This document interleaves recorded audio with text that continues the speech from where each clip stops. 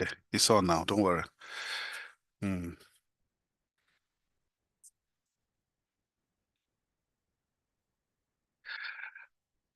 All right. Thank you, everyone, for joining us today. Today is a special day, and fortunately for us, it is the second edition of Speak with a Diplomat that we're having this month. We're so happy to have Blake Murray, who is the U.S. Foreign Commercial Service Officer, the U.S. Department of Commerce. We have Samuel Ede, who is going to be doing the introduction. I will call him in a moment, but please put your hands together as we welcome Blake. Everybody put your hands together. Speak with a Diplomat is a non-policy program designed to get closer and closer to American diplomats. We know many of you see them, but you don't have the opportunity of interacting with them. So this session was created for that purpose. Please don't ask questions relating to policies or anything and everything you want to know about them, about what they do, they will be able to share with you.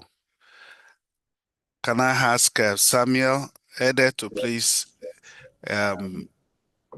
read the bio of our guest for today? All right, good morning, everyone. And this is the bio for Mr. Blake Murray, who is a commercial attaché, U.S. and Foreign Commercial Services in U.S. Consulates, General Lagos, Nigeria. Blake Murray is a first tour officer who arrived at the U.S. Consulate Lagos in October 2023. He began his career with the U.S. Department of Commerce in Washington, D.C. as a Presidential Management Fellow at the International Trade Administration in 2014, covering data privacy and digital policy issues between the United States and European Union.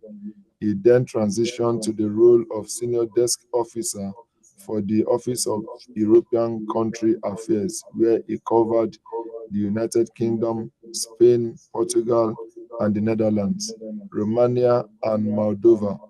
During his time as a desk officer, Blake advanced numerous key trade and commercial priorities for the Department of Commerce, including leading the department's participation in 5 rounds of the US-UK trade discussions.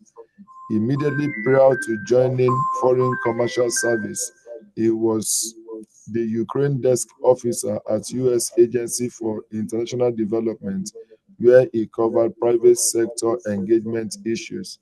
He has an MA in International Commerce and Policy from George Mason University and a BA in International Relations and Affairs from the University of Mary, Washington. Everyone, this morning, can we put our hands together as we welcome Blake Murray, who will speak to us this morning. Thank you. Thank you very much. Can we have your first word? So over to you, Blake.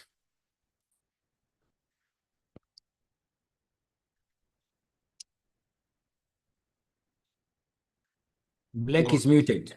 It's muted. Okay. Sorry, you are muted. No problem. Cool. Can you hear me now? Yes. Okay. All right. No, thank you for the introduction.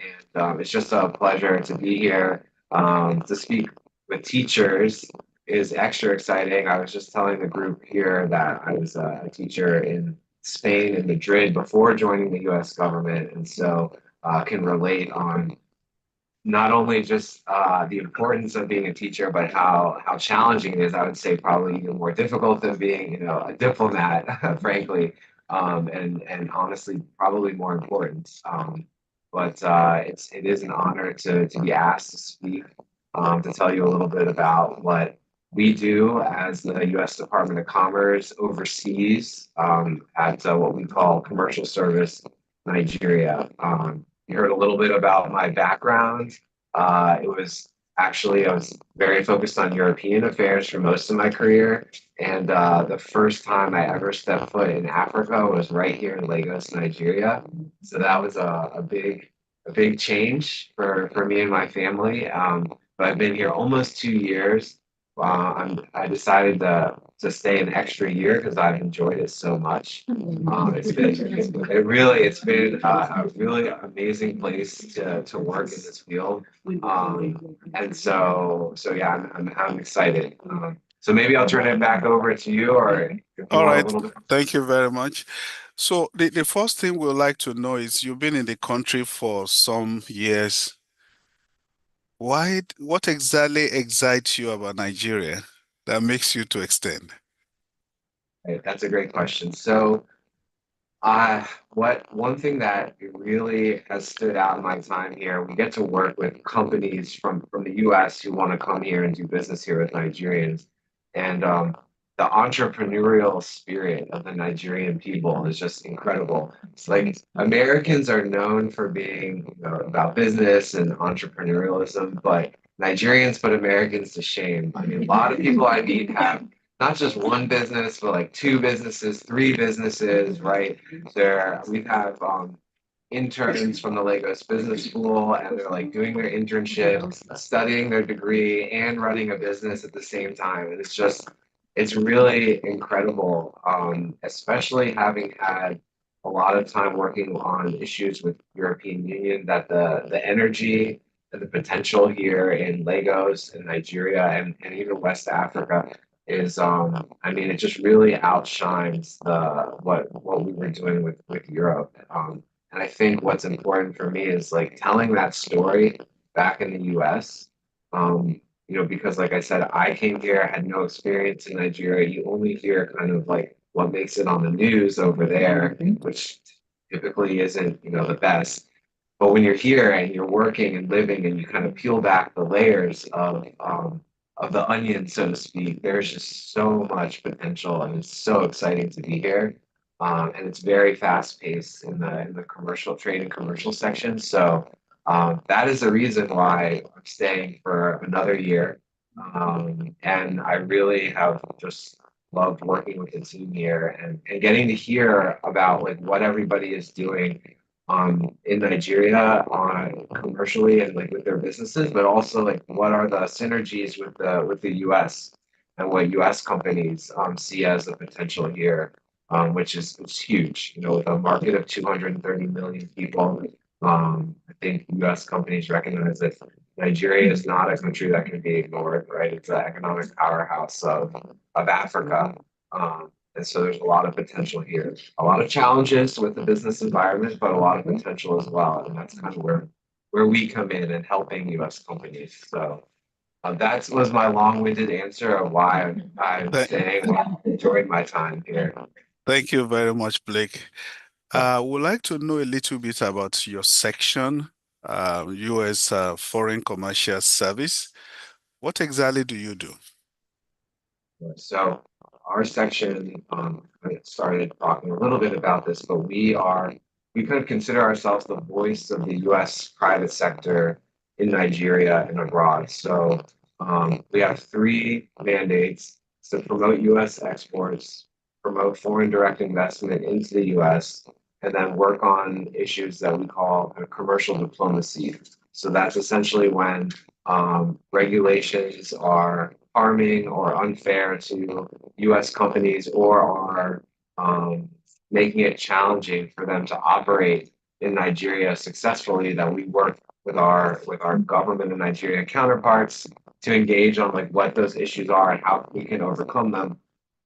And we see that as a way that like a rising tide lifts all ships, right? When U.S. companies are doing business with Nigerian companies, two-way trade is happening, better jobs, higher salaries on both sides of the Atlantic for U.S. companies, for Nigerian companies, for the people here.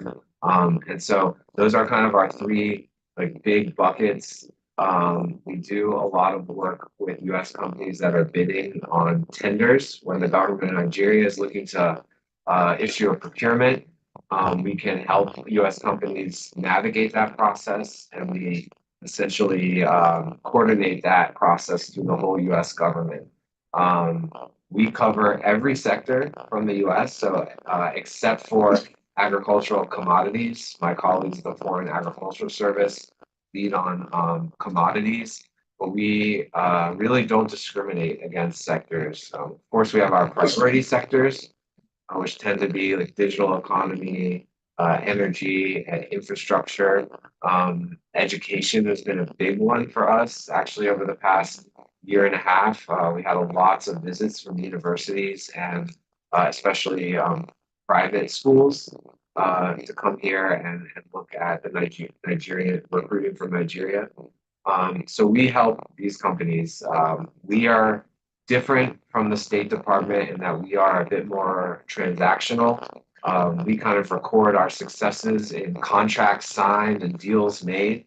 And we actually provide what are called fee-funded services. So a US company can essentially contract with us to purchase a service. It can be something as simple as a market research report all the way up to what we call a single company promotion, which I actually am doing one tonight here in Lagos. So we have companies that want to come here, they want to get introduced to the market, and where our value add is, so we have local staff that are experts in their markets, in their sectors, and they essentially create relationships with local companies. And we invite them to these events and curate a guest list for our visiting US companies. And then when we get them all in the room, we use the convening power of the US government to bring the right potential partners, buyers to the US company. And that's a great way for us to get their name into the market, introduce them. And it's a pretty wildly successful program. We're booked out throughout really the rest of the year with these. And we see usually a lot of successful follow-up from them. So that's a little bit about what we do in this section. We're 2 American officers, myself and my colleague, Julie LeBlanc, who's the commercial counselor for all of Nigeria. And then we have six staff that work with us. We're also responsible. Can you hear me? I was just to say, we're also responsible for, so not only Nigeria, but Benin, Gabon, Cameroon, and both Congos. It's a big job. Thank you. It's a big job. Thank you very much. Now, some of the people that are listening to you are students and youth, and some of them have been wondering, how did you get to this point of becoming U.S. Foreign Commercial Service Officer? How did you navigate your career to this point?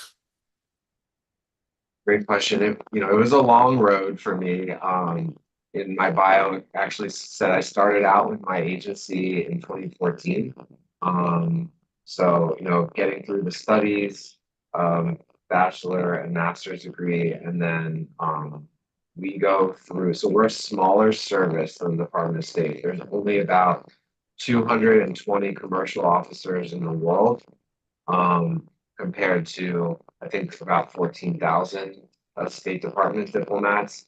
So our hiring process is long and slow, but you also take a test. And then there was quite a long waiting game, about 3 years to get onboarded. So in the meantime, I was working at our headquarters in Washington, D.C. That's where I'm from.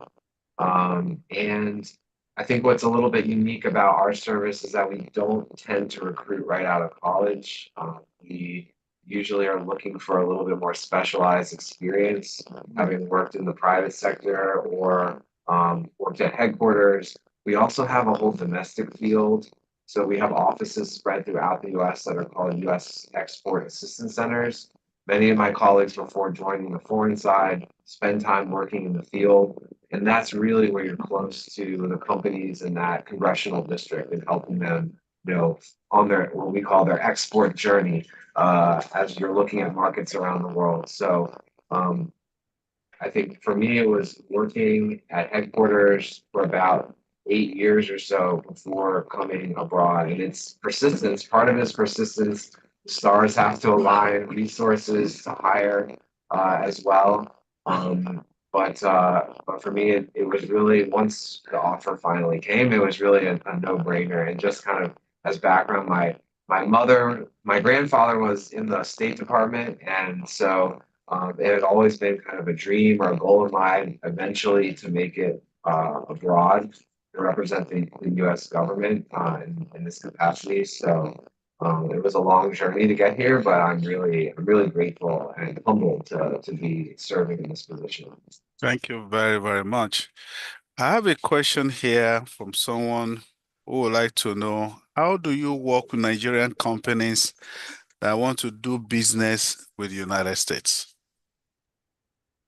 Yes, so we have a really cool and unique program called Networking with the USA, or NUSA, NUSA. And this is a program that we administer from this office here in Lagos for all of Nigeria.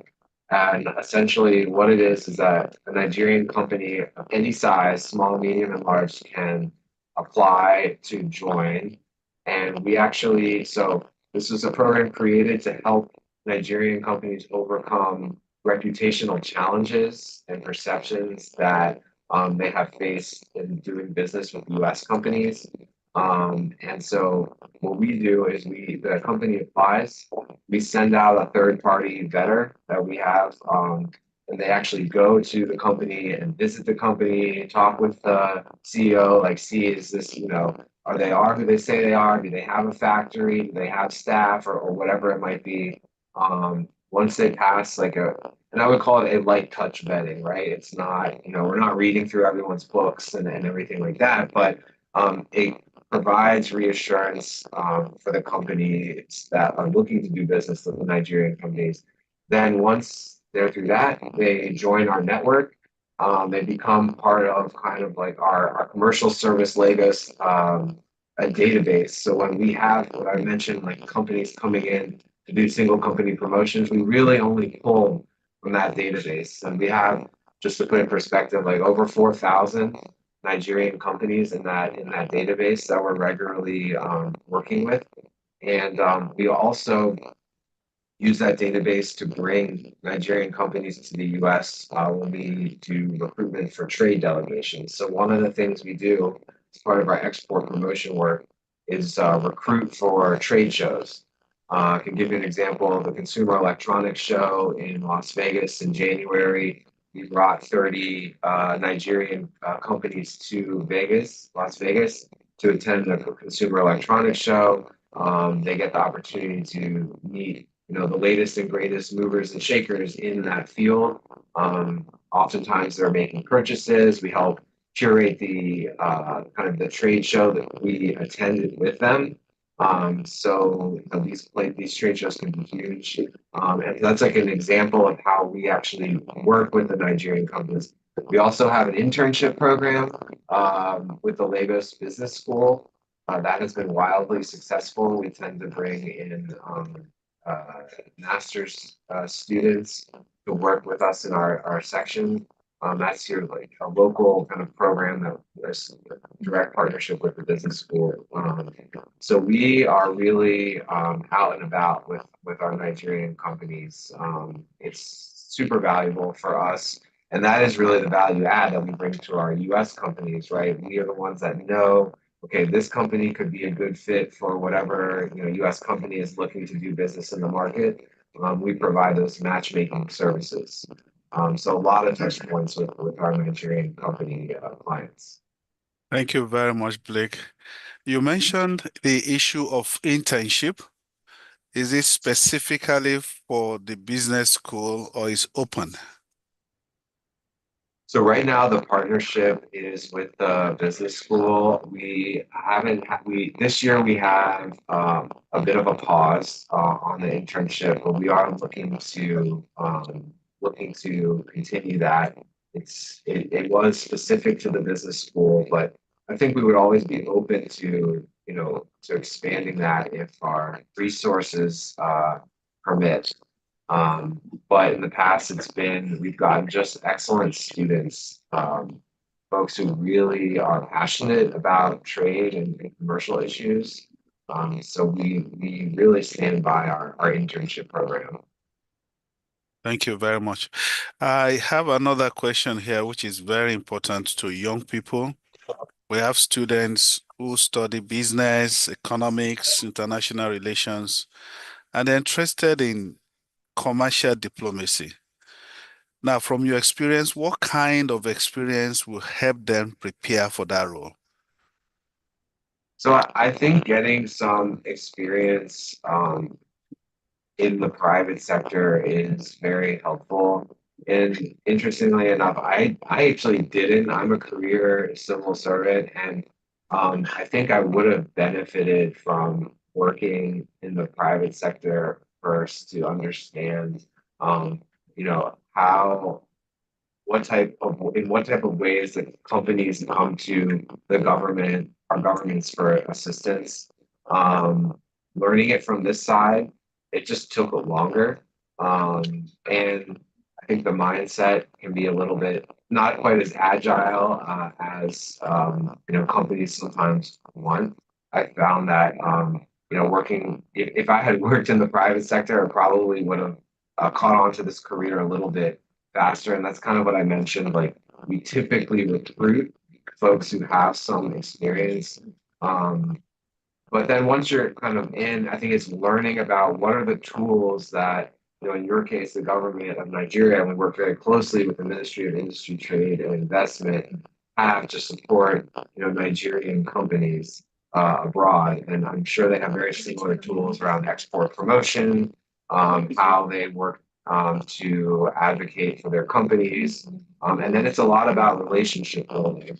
Um, and that's one side of the coin that I've learned as I've come to Nigeria is how key it is to build relationships with contacts. So when an issue comes up, you know who to call, who to talk to, who really had the spheres of influence.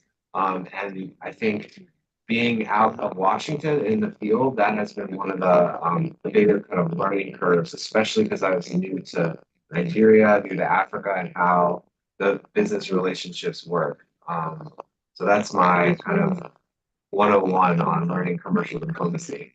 Thank you very much. Um, we will open to questions from all of you. So you know the drill. If you would like to ask our guest any question, please just raise your virtual hand and I will recognize you, and then we'll be able to take your questions. I will also would like to find out, you've been in the country for some years now. Culturally, have you tasted any Nigerian food? Which one is your favorite? We also want to know your side. Which side are you taking? Is Nigerian jollof the best in Africa? So I'll have to say yes to the jollof. I think jollof, of course. Yeah.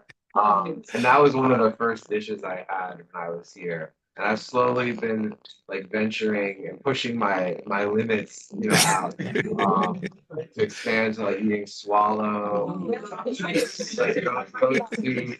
But, I haven't had the really spicy pepper soup yet. I'm still waiting. I like suya. Of course, I eat a lot of chicken here, chicken in all various forms.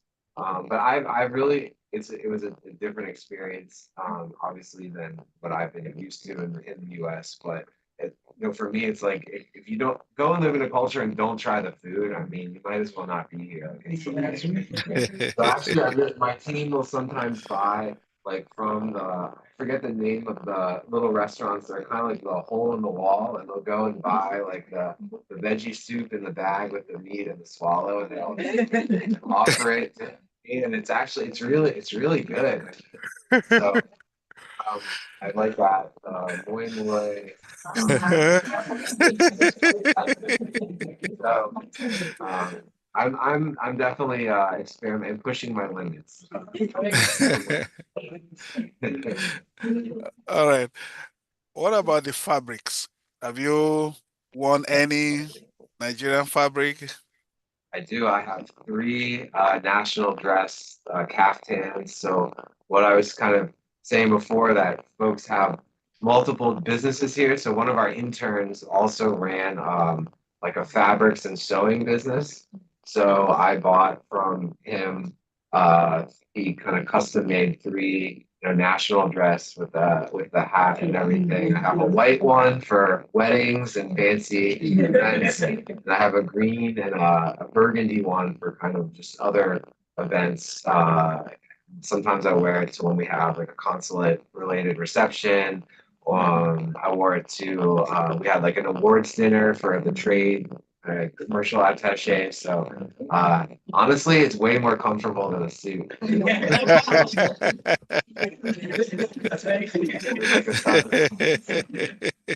Yes, free. Uh, Free. okay. The other major thing we'd like to know is we know you must have moved from one country to the other, and that must have put some strain on the family. What is the coping strategy? How do you, transit, adjust, and what impact does that have on the family? And how do That's you a great, balance all that? a great question. So actually, my wife and I, when we moved here, my wife was pregnant with our first daughter. Um, And so, pregnancy is stressful enough, but then moving countries, continents, and that, and I mean, hats off to her because that is a huge sacrifice that I recognize that she made. Our daughter is now 16 months old, and she's like the consulate daughter, baby that comes around. So maybe you'll see her around at some point if you're here. And I think for us, it's just been it, and it's hard because I come here, you wear the diplomat hat, but then you go home and it's like you have to be a father, right? And you're like playing with dolls and doing these things like, and it's a total mindset shift. And I think it's just about being as honest and open with your partner as possible, and like recognizing the sacrifice that she's made, and being able to just be as kind as possible. My wife essentially gave up her career for mine to come here. And, I think like for somebody to do that, I really, admire her courage. And the moves can be stressful. Like sometimes there's no way around that. But we try to support each other. And I think just what I was said, like when you're talking about the food and the culture, the dress, it's like, let's just lean into everything that Nigeria has to offer. Yes, there's challenges, electricity and all these things that go on here, but there's also a lot of amazing people to meet. And like forming those relationships really help kind of smooth over some of the hiccups that happen day to day. And so I think, just being really as supportive as a husband, all the roles that we play, like diplomat, but then husband, friend, father, etc. Like I try to do that, to the best of my ability. I don't always succeed. I certainly don't. I think my wife would tell me that too. Like you fail a lot. That's okay. So that's kind of how we take it. And like I said, we've been here almost 2 years, so we've really grown to love, our time and our life here in Nigeria.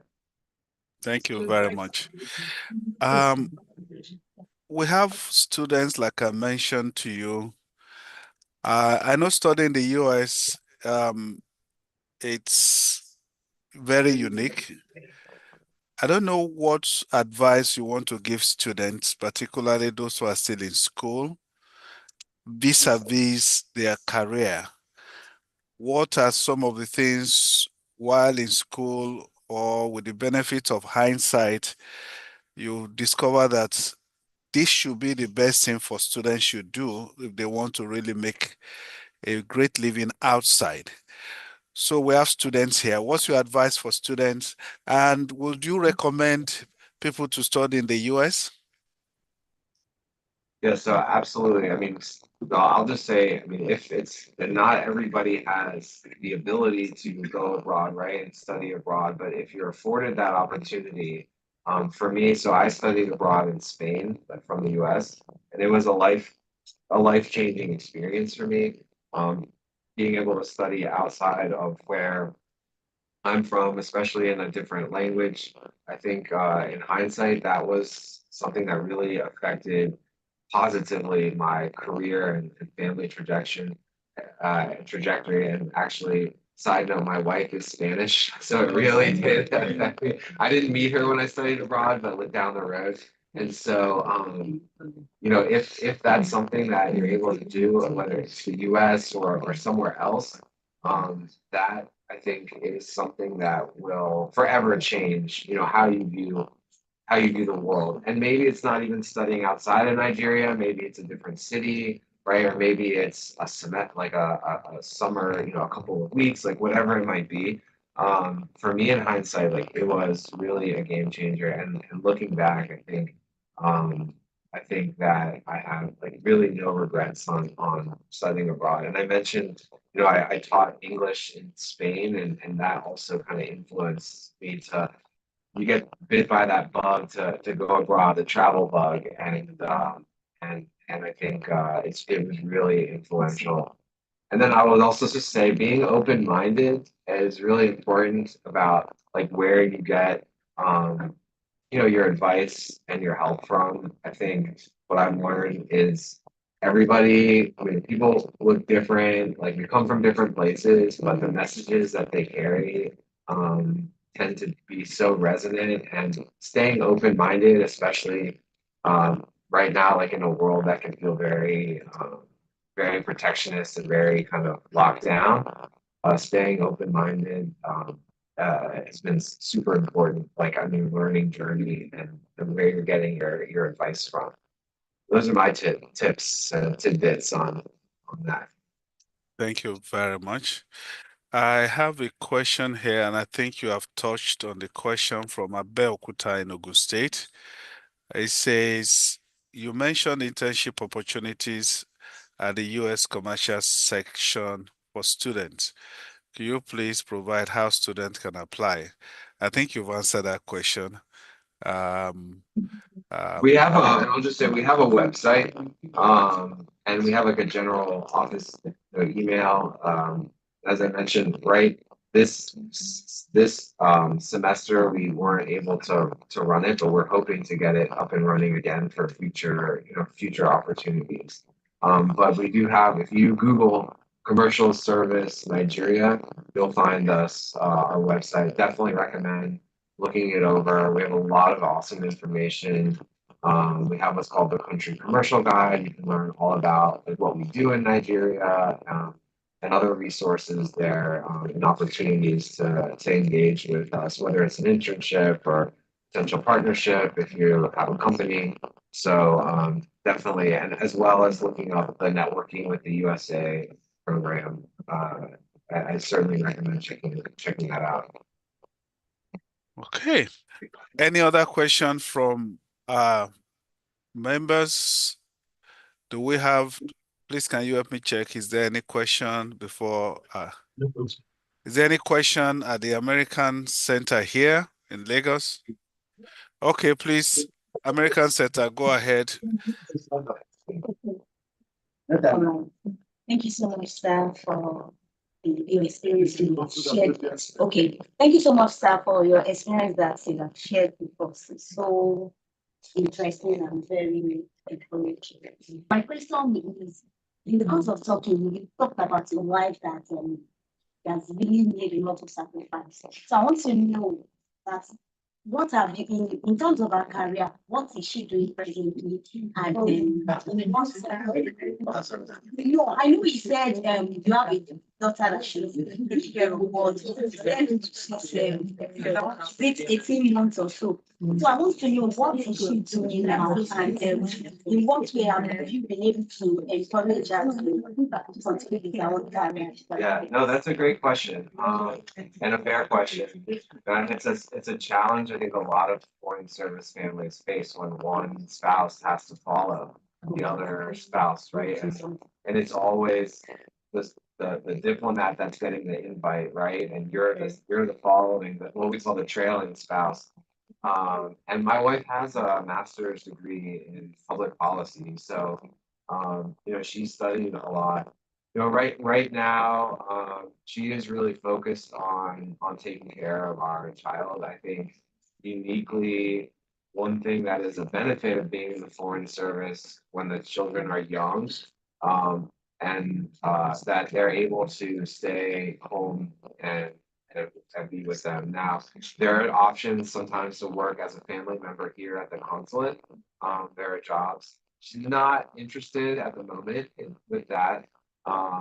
But I know she's looking at studying French, which I really am encouraging her, to take classes that she wants. So, yeah, I mean, there's part of it, it is a sacrifice, right? And she's hoping to jump back in at some point to the workforce. But at the moment, just like really enjoying time.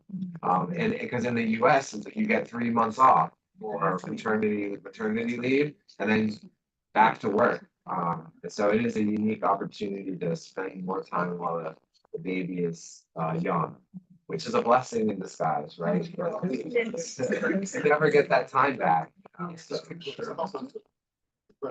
Yeah, Sure. yeah, thank you, Mr. Blake. Yeah, you mentioned a lot about you having a relationship with so many companies, like commercial companies. Now, I want to see, is there any opportunity whereby even as an individual that I am, that one can partner with maybe companies, maybe with opportunities that you can invest, then maybe get your return later? Yeah, I mean, we talk to individuals all the time. Our in terms of investment, I mean, we really look at investment into the US, right? And not like real estate investment, or actually looking at, greenfield, brownfield investments, like new investments. We run a flagship program called Select USA, and there's a Select Tech USA program where we bring small companies, maybe even individuals, to the US that are looking to scale their business. Um, in terms of like facilitating a direct like individuals investment portfolio or anything like that, we don't do. But we're always open to partnerships. So it's definitely not a no. It's just something that we would have to look at on a case by case basis. Thank you It's a very great much. question. We go to Maiduguri. Please unmute yourself. Then we go to Enugu. Maiduguri, over to you. Thank you, Prof. Good morning, sir. Good morning. Yes, my question is, what specific initiative has the U.S. government, particularly the Department of Commerce, implemented to support American businesses looking to invest in Nigeria's growing tech sector, the sector that actually we are hoping that the U.S. government, business people will come and invest in. Thank you. You said the tech sector. I just want to make sure Correct. Yeah. Yes. Okay, great. No, that's a great question. So we have what I consider our kind of marquee policy program called the USinNigeria Commercial Investment Partnership, which is a 5-year agreement that we signed between our two trade ministries, the Commerce Department and the Nigerian Ministry of Trade. So it's called the Commercial Investment Partnership. It just launched in June, and we have 3 pillars that we're focused on: agriculture, the digital economy, and infrastructure. And what we were doing is we brought the heads of major large and small companies, Nigerian and American companies that are here doing business in Nigeria together. And they are leading, it's a private sector led, industry driven program to focus on really what are the business environment bottlenecks that are preventing more investment in Nigeria from US companies. And I think what's so unique is that the private sector is leading this, it's not the government it's not us, it's not the government of Nigeria telling the companies like this is our policy. Like we're actually getting direct feedback from the C-suite level, so CEOs, managing directors of companies. And it's 2 ways. It's not just us telling Nigeria, it's there are Nigerian companies participating and can make making suggestions to the US as well. And so this is a 5-year program. There's only 5 of these agreements across the entire continent of Africa, and Nigeria was chosen because it's just such an important partner for the United States. And I think what's good to know is that it has transcended administrations. This was actually signed under a previous U.S. administration, and it's really so important that we're carrying on with it. And you'll hear Ambassador Mills talk about it if you hear any of his speeches related on commerce and trade. And so in the digital economy group, it's actually one of the fastest moving and most vibrant, I'd say, of the three groups. They're coming up with kind of policies to discuss with the government on how we can unlock these bottlenecks to investment. I think there's a lot of work to do, but even if we can move the needle in a couple of places, I think potential that we can unleash here is huge, and the digital economy is I think one of Nigeria's greatest export opportunities, especially as it relates to the youth that you're probably teaching, who are really savvy in all the tech that they do. And I think that is one of the other things that's impressed me so much from Nigeria is how amazing the youth is and kind of technologically advanced. Compared to like me or anything, I mean, the ideas and the companies that I've seen in that sector are just really groundbreaking. And 5 of 7 unicorns, unicorns from Nigeria, those are $1 billion companies valued at $1 billion or above, are in the tech sector, and from Nigeria. So that's just goes to show a testament to how powerful that economy is here. So Thank you thank very you for that much. question. Yeah. Thank you. Okay, let's go straight to Enugu, then Makurdi. Then we'll begin to wrap up. Enugu, over to you. Good morning, sir. Thank you so much. My question is, what are your fears about Nigeria? Like some of the negative things you've heard about Nigeria. So, what are your fears? Thank you.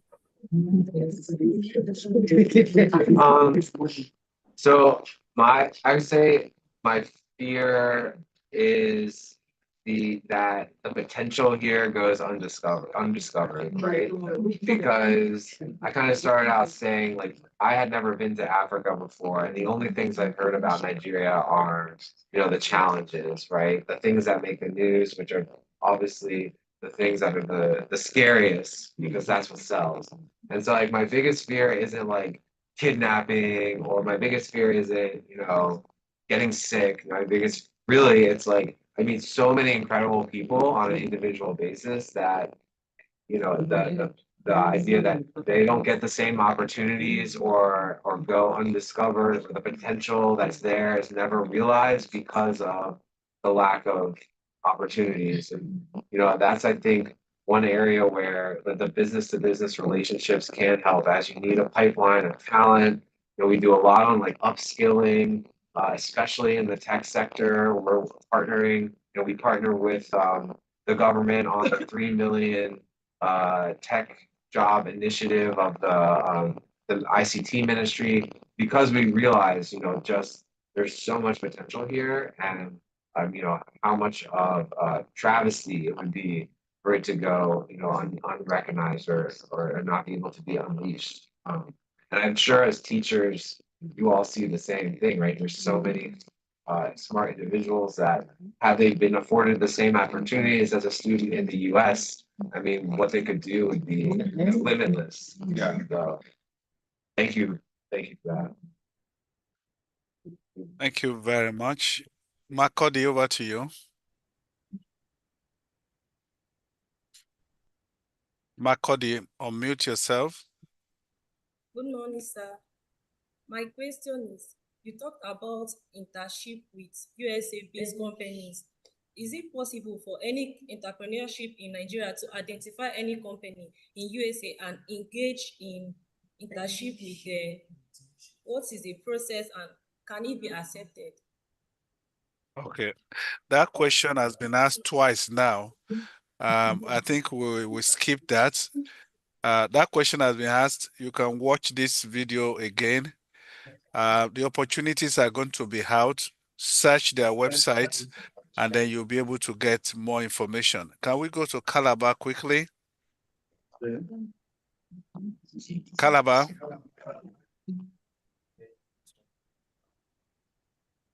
Unmute yourself. Yes, go ahead.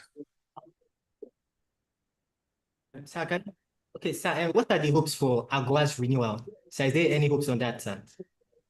AGOA. Okay. AGOA, so that's the kind of our agreement on the African growth initiative.